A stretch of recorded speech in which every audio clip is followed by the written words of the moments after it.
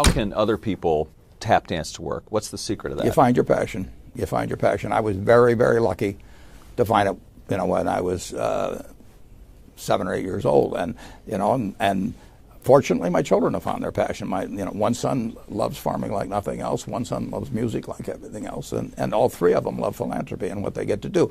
You're lucky in life when you find it, and you can't guarantee you're going to find it in your first job out. But I always tell the college students that come out, I say, take the job that you would take if you were independently wealthy. You're going to do well at it.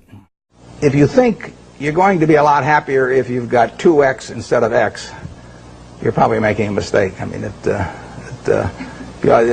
you ought to find something you like that works with that, and you'll get in trouble if you think that making 10x or 20x is the answer to everything in life, because then you will do things like borrow money when you shouldn't, or maybe cut corners on things that your employer wants you to cut corners on. Or it just doesn't make any sense. You won't like it when you look back on it.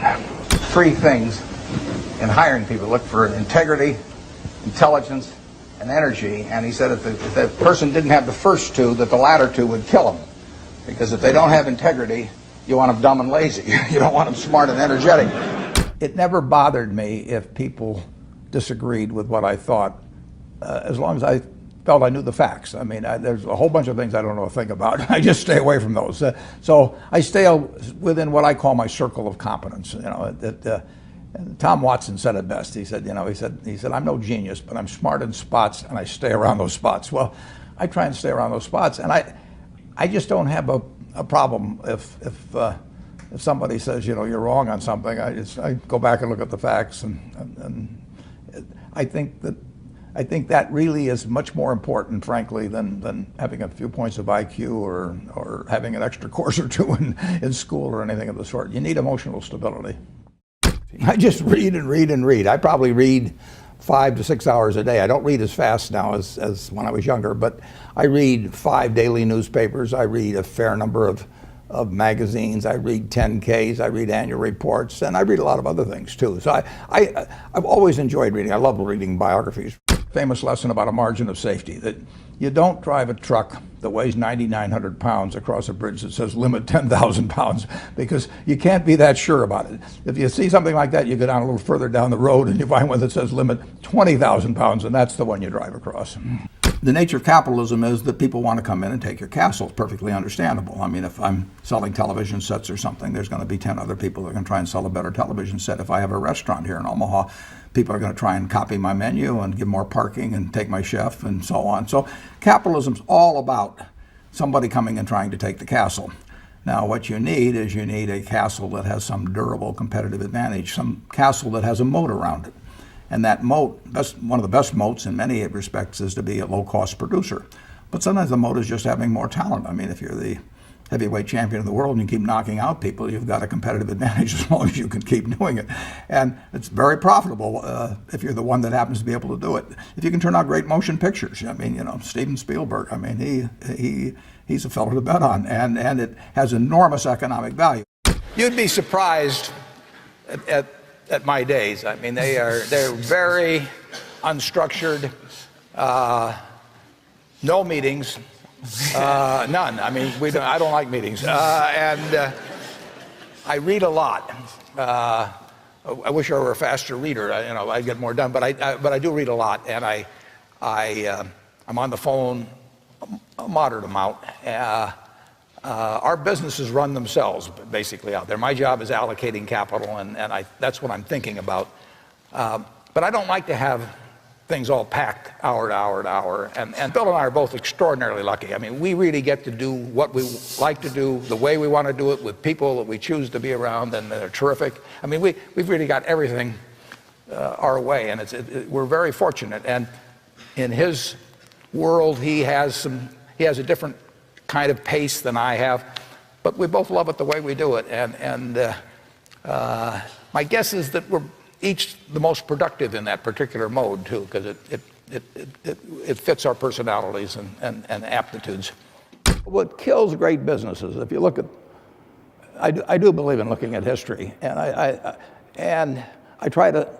like to study failure, actually. And my partner says all I want to know is where I'll die, so I'll never go there. And we want to see what has caused businesses to go bad. And the biggest thing that kills them is complacency. I mean, you want a restlessness, a feeling that, you know, that somebody's always after you, but you're going to stay ahead of them. You always want to be on the move. And when you've got a great business, you know, like Coca-Cola, which is, there aren't any like Coca-Cola, but you really, the danger would always be that you rest on your laurels. But I see none of that, obviously, at Coca-Cola. But that is the key, to compete the same way when you've got 1.8 billion servings being sold daily as when you were selling, you know, 10 a day. And that restlessness, that belief that tomorrow is more exciting than today, you know, you just have to have it permeate the organization. Who was Ben Graham? He was your primary mentor, model? He was a wonderful man, and he was my professor at Columbia. I read his book when I was 19 at the University of Nebraska, and I'd started investing when I was 11, and I started reading about it when I was like 7. So I'd gone through I read every book in the Omaha Public Library that there was on, by the time I was 12, on investing and stock market. And I had a lot of fun, but I never really found out, I never got grounded in anything. And it was entertaining, but it wasn't going to be profitable. And then I read Graham's book, The Intelligent Investor, when I was at the University of Nebraska. And that just opened the whole thing up to me. Yeah, and I named my oldest son is named Howard after my dad, Graham Buffett, and he was a marvelous man. Never expected anything from me in return. Ben Graham, in his low teens, looked around and he looked at the people he admired, and he said, you know, I want to be admired, so why don't I just behave like them? And he found there was nothing impossible about behaving like them. And similarly, he did the same thing on the reverse side in terms of getting rid of those qualities. You have given a lot of fabulous advice, but what's the best advice that you've ever received? Well, I received it in a variety of forms, particularly from my father when I was very young. But I mean, he basically, I think, taught me how to live. Not that I did it perfectly or anything like that, but I mean, he was giving me lessons, but he wasn't doing it by preaching to me. He was doing it by example. But basically, well, the biggest lesson, in a sense, I got is the power of unconditional love. I mean, I think there is no power on earth like unconditional love. And I think that if you offer that to your child, I mean, you're 90% of the way home. And there may be days when you don't feel like it. It's not uncritical love.